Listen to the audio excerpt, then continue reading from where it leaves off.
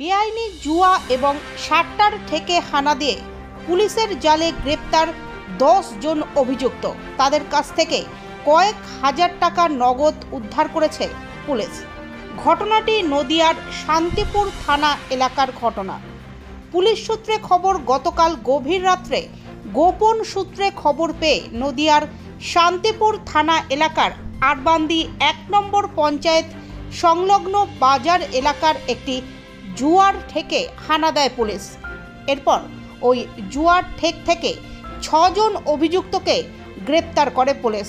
তাদের কাছ থেকে উদ্ধার হয় নগদ কয়েক হাজার টাকা। পাশাপাশি শান্তিপুর থানা এলাকার ফিশারিতে একইভাবে চলছিল বেআইনিভাবে সাট্টার ঠেক। সেখানেও হানা দিয়ে আরও 4 জনকে গ্রেপ্তার করে পুলিশ। জানা গিয়েছে ধৃত ওই 10 জনের কাছ থেকে নগদ কয়েক হাজার টাকা উদ্ধার হয়েছে। সূত্রের খবর, অভিযুক্তদের বাড়ি নদিয়ার শান্তিপুর থানা এলাকাতেই।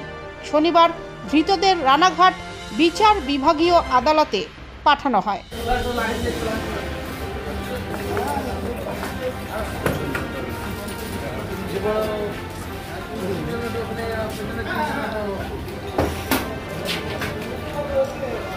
কটা গেল আর তিনটে